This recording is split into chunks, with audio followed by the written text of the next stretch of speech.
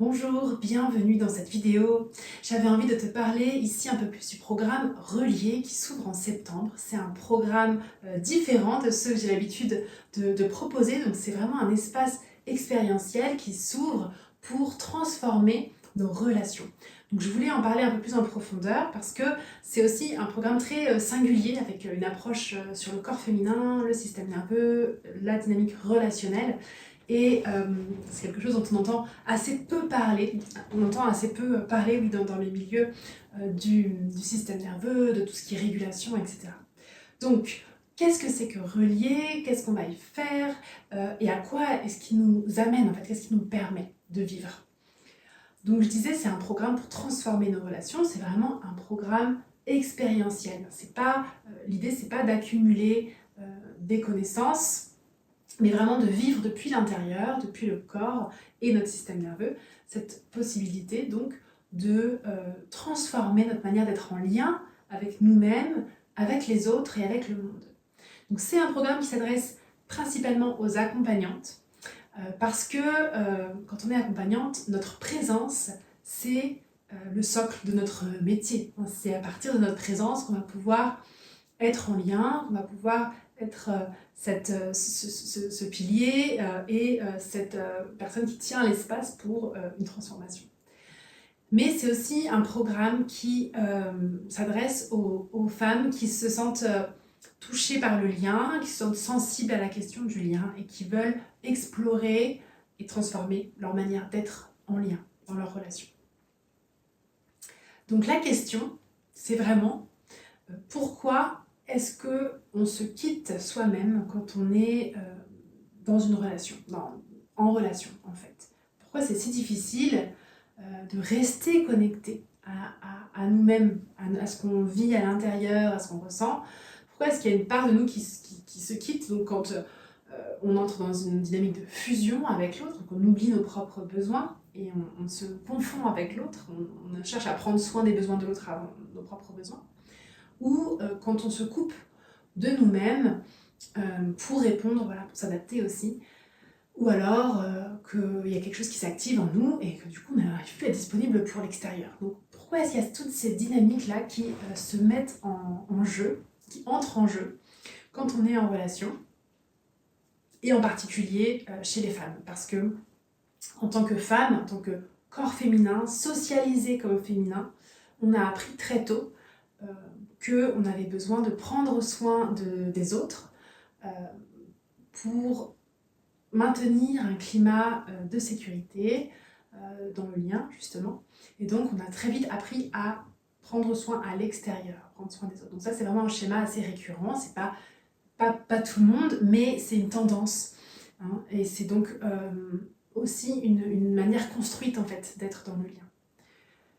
Donc, c'est quelque chose qu'on trouve beaucoup chez les femmes, et d'autant plus chez les accompagnantes, parce que quand on accompagne, on est au contact d'une personne qui vit une forme d'insécurité, et ça vient déclencher souvent chez nous nos propres insécurités, parce que là on est dans la rencontre de deux systèmes nerveux. Notre système nerveux, il ne sait pas qu'on est accompagnante, hein, il est juste dans sa mission de système nerveux de nous permettre de survivre et de vivre, et donc il va vivre ses propres réactions aussi. Donc c'est d'autant plus nécessaire de voir ce qui se passe en moi, dans la relation, quand je suis accompagnante, quand je suis thérapeute. Parce que si on n'intègre pas ça, si on ne change pas ça en amenant de la sécurité, on ne change pas ça par la volonté et par la force, c'est vraiment, on le change à travers la réinformation de notre système, de la sécurité dans le lien, eh bien, qu'est-ce qui se passe? On s'épuise, on se sent drainé par les séances qu'on va donner. Au bout d'un moment, on a l'impression de porter l'autre. On peut se retrouver aussi dans le syndrome de la sauveuse, où on veut du coup résoudre pour l'autre. Donc on n'est aussi pas dans la posture ajustée. Il y a un endroit qui est désaligné. Ou alors on se perd, on ne sait plus ce dont on a besoin. On s'adapte pour justement répondre aux besoins de l'autre. Et à la fin de la journée, on ne sait plus du tout voilà, ce dont on a besoin, on perd pied, on perd le fil en fait de ce que l'on ressent. Donc on se coupe d'une partie de nous-mêmes. Et ça, sur le long terme, bah, ça a un coût, hein. C'est vraiment le coût invisible relationnel que l'on porte, et notamment dans l'accompagnement. Et c'est important donc, de pouvoir retrouver ces appuis, parce que sinon, sur le long terme, ben, ça devient un épuisement chronique, et puis ça se transforme en voilà, quelque chose qui va du coup nous empêcher d'être pleinement en relation et en étant connecté avec nous-mêmes. Donc on a besoin de retrouver nos appuis en nous, notre corps et dans la relation. Et comment est-ce qu'on fait ça ? Comment est-ce qu'on fait pour retrouver ces appuis ? C'est là que c'est vraiment passionnant, parce que c'est la singularité de cette approche, de relier. Hein, c'est vraiment ce qui fait l'unicité de cette approche, c'est que c'est à la croisée de trois grands thèmes qui souvent sont abordés séparément. C'est la pratique somatique, donc de revenir dans le corps à travers la pratique. Ça, c'est ce qu'on entend beaucoup quand on parle de régulation du système nerveux. On va parler de pratique, de mouvement, de balancement, de shaking, etc. On sait qu'il faut passer par le corps. Notre système nerveux, il se trouve dans le corps. La thérapie par la parole, ça ne suffit pas, on le sait aujourd'hui. Mais pourtant, même en passant par le corps, aujourd'hui, ça ne suffit pas. Voilà, c'est important, mais ça ne suffit pas. Et d'autant plus qu'on parle beaucoup de système nerveux au sens universel, comme si c'était un système nerveux neutre, entre guillemets, alors qu'on se rend compte que dans le corps féminin, les voies de régulation sont souvent différentes, du fait qu'on a été socialisé différemment au lien, et aussi qu'il y a un centre particulier qui est le centre du bassin, avec l'utérus, donc vraiment cet espace qui porte aussi les mémoires des blessures relationnelles, et qui aussi, ça c'est vraiment pas observation, hein, c'est vraiment cet espace aussi de retour dans notre socle, dans notre ancrage. Donc il y a des spécificités liées au corps féminin aussi. Donc ça c'est le deuxième grand territoire qui est présent dans Relier, hein, c'est la régulation du système nerveux à travers le corps, à travers la pratique, à travers le corps féminin surtout. Et la troisième chose, le troisième ingrédient qui manque souvent quand on parle de régulation du système nerveux, c'est le lien. C'est la co-régulation. On a besoin de faire l'expérience d'une relation stable, sécure. Donc c'est pas n'importe quelle relation, ça se fait dans un cadre spécifique, dans un cadre thérapeutique, pour pouvoir réassocier. Et ça, c'est si on veut vraiment réguler en profondeur, hein, sur les couches les plus profondes. Si on est sur des couches un peu plus, on va dire, ponctuelles, quelque chose de plus ponctuel, sur quelque chose d'une dérégulation plus ponctuelle, bien sûr que la pratique somatique, elle va aider. Mais quand on est sur une dérégulation profonde, presque structurelle, on a besoin de cette co-régulation, donc d'aborder, d'adresser cette insécurité avec quelqu'un, donc une thérapeute, qui va permettre de réinformer. En fait, c'est comme si on pouvait se brancher sur un système nerveux qui est plus régulé que le nôtre, et donc vivre ce qu'on a à vivre de manière tranquille. Voilà. Et donc, ça permet de réassocier profondément. On parle de réassociation parce que quand il y a eu un trauma, quand il y a eu un événement qui a fait danger dans notre système, il y a eu dissociation, c'est-à-dire que notre cerveau il a commencé à fonctionner de manière séparée. Et donc, pour réassocier, on a besoin de ce lien particulier, ce lien sécure. Donc, c'est vraiment la combinaison du passage par le corps, de la compréhension du fonctionnement du corps féminin et de ses spécificités, et du lien qui fait l'unicité de ce programme relié. C'est vraiment en alliant ces trois-là, justement, qu'on peut, en alliant surtout la corrégulation, le corps, que l'on peut réguler en profondeur, retrouver ces appuis de sécurité en nous et dans le lien. C'est pour ça que Relier, c'est un accompagnement proximal, c'est vraiment un petit groupe avec lequel on va cheminer pour pouvoir permettre justement cette co-régulation, et il y a besoin de cette qualité de présence. Ici, on n'est pas sur un programme, comme je disais, pour accumuler des choses, pour comprendre avec le mental, mais pour vivre une expérience différente dans le lien. Donc c'est pour ça que tout au long du programme, moi je suis disponible pour permettre cette co-régulation de manière ponctuelle et de manière répétée surtout, pour permettre au système de vraiment se déposer en profondeur et sentir qu'il n'est pas seul. Donc c'est vraiment un réapprentissage en fait de la sécurité dans le lien. C'est-à-dire que mon système peut comprendre, ok, c'est pas dangereux de vivre une émotion et d'être dans le lien avec l'autre. De nommer à l'autre que je vis une émotion difficile, une émotion particulièrement submergente. Voilà. Et d'ailleurs, une fois qu'on est en lien, elle devient plus submergente, cette émotion. Elle est vue, accueillie pleinement. Donc, qu'est-ce qu'on y vit dans Relier? Qu'est-ce qu'on va vivre en fait? C'est un programme qui est structuré en 3 piliers, donc sur les 3 mois. Le premier mois, c'est vraiment faire la cartographie de notre système nerveux.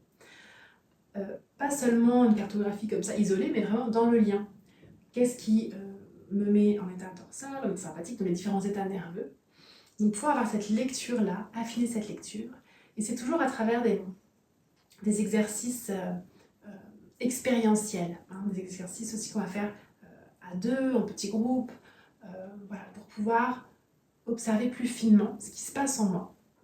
Donc avec cette dimension incarnée, corporelle, ressentie.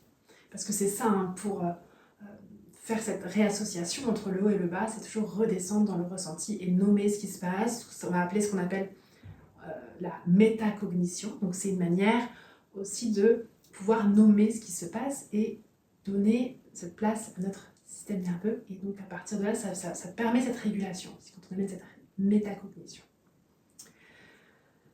Deuxième pilier, la deuxième étape, c'est de retrouver ces appuis dans notre corps. Donc dans notre corps féminin, dans notre bassin notamment, venir réhabiter notre bassin. Et on va beaucoup travailler cet axe central qui est l'axe utérus, cœur et crâne, qui est vraiment l'axe du nerf vague, hein, que parcourt le nerf vague, un des axes que parcourt le nerf vague, et donc qui permet une régulation du système nerveux du bas vers le haut. Et ça, c'est une des spécificités, notamment du corps féminin. La troisième étape, c'est vraiment d'intégrer ça, de l'incarner. Et donc, ça va être beaucoup des mises en situation, notamment de situations d'accompagnement, pour pouvoir voir ce qui se joue dans le lien, et puis les écueils qui peuvent arriver dans la relation d'accompagnement. Et c'est plus fréquent qu'on ne le pense, et puis plus insidieux qu'on ne le pense. Donc on va vraiment venir affiner cette lecture, c'est-à-dire à quel moment est-ce que je suis dans la volonté de sauver l'autre, à quel moment est-ce que je me rends compte que je porte l'autre. Parce que souvent on le fait mais sans s'en rendre compte. Et c'est là que la posture elle devient désalignée parce que on empêche aussi la personne en face de vivre son propre processus et d'être actrice de son propre processus. Donc on va beaucoup s'exercer à sentir et à nommer ce qui se passe. Et à partir du moment où on peut le nommer, ça change toute la dynamique relationnelle. Quand on peut s'en rendre compte, le nommer, et quand on a fait l'expérience de la co-régulation, à partir de là, il y a des nouveaux chemins de réponse dans la relation qui peuvent émerger. Donc au bout de 3 mois, qu'est-ce qui se passe ? Au bout de 3 mois, alors je ne vais pas faire la fausse promesse de voilà, vous avez plus aucun problème dans les relations, plus aucun conflit, plus aucune tension, etc. Non, c'est pas ça le but. D'ailleurs, je pense qu'on n'a jamais fini sur ce chemin. Mais par contre, au bout de 3 mois, vous avez déjà cette base, ce socle qui est là, donc cette capacité de revenir à vous quand vous sentez que vous commencez à soit vous perdre dans la relation, vous emporter, vous sentez que vous entrez dans une activation de votre système nerveux, vous allez pouvoir retrouver le chemin beaucoup plus facilement. Donc ça fait que ça évite que la situation empire et que ça crée un effet boule de neige, que ce soit désajusté dans la relation. Donc ça permet à vous de faire ce retour. Et avoir un système nerveux régulé, ça ne veut pas dire d'être tout le temps détendue, dans l'état ventral, ouverte au lien, etc. Non, ça veut dire de pouvoir repérer les moments où on ne l'est plus aussi, hein, les moments où on n'est plus dans l'ouverture au lien et qu'on sent que notre système nerveux réagit. Donc, en fait, au bout de 3 mois, vous aurez cette capacité de reconnaître où vous en êtes dans votre système nerveux, dans la relation. Alors ça paraît beaucoup comme ça paraît très mental, mais en fait pas du tout. Enfin, vous allez voir que oui, il y a des choses qu'on va nommer, effectivement, parce que c'est nécessaire de le nommer pour le comprendre et l'intégrer. Mais après, c'est vraiment quelque chose qui se fait de plus en plus fluidement, de manière de plus en plus fluide. Et donc, vous n'aurez pas besoin de penser à tout ça. C'est vraiment comme un exercice, un muscle qu'on va entraîner. Et les relations, c'est ça. C'est un muscle. Et on peut apprendre à être différemment en relation, à être avec nous-mêmes, même en étant avec l'autre. Et ça s'apprend. Et c'est ce qu'on va faire pendant ces 3 mois. Donc, à la fin de ces 3 mois, par rapport à vos séances d'accompagnement, si vous êtes accompagnante, vous sentirez beaucoup moins cette fatigue qui était liée à la charge du coup qui restait imprégnée dans votre système nerveux, la charge de l'autre, de ce qu'a vécu l'autre, du trauma de l'autre. Donc c'est quelque chose qui va être beaucoup plus identifiable et vous allez pouvoir revenir à vous et terminer vos séances voilà, en étant présente avec vous-même. Donc c'est vraiment voilà, un chemin qui permet de trouver cette place, cette posture. Hein. C'est vraiment, on vient travailler la posture thérapeutique dans l'accompagnement et la posture dans nos relations. Et quand notre posture change, il y a tout autour de nous qui change dans la relation. Et dans les accompagnements notamment, ça permet de soutenir les processus profonds que la personne sera amenée à vivre avec vous. Parce que tant que notre système nerveux ne peut pas accueillir davantage, il y a quelque chose qui va être bloqué comme un plafond de verre dans l'accompagnement. Et donc, il y a un endroit où vous allez vous allez sentir que ça ne progresse pas forcément, c'est pas possible d'aller à tel endroit. Voilà, il y a aussi des étapes dans l'accompagnement, mais en amenant cette posture incarnée, sécure, stable dans l'accompagnement, ça va permettre aussi de porter ces processus profonds, d'amener ces transformations profondes. Donc ça va amener vos accompagnements à un autre niveau. Voilà ce que j'avais envie de vous partager sur Relier. C'est un programme unique, avec cette approche vraiment croisée et beaucoup de richesse, hein, de découverte de nous-mêmes, de comment on se rencontre aussi à travers la relation.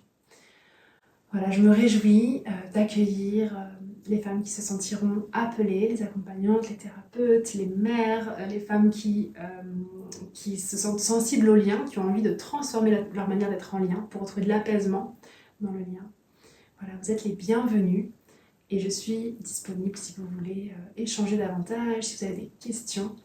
Ce sera avec grande joie d'échanger avec vous et de répondre à vos interrogations. Voilà, de développer davantage. Merci de m'avoir écouté et je vous souhaite une belle journée, une belle soirée. À bientôt.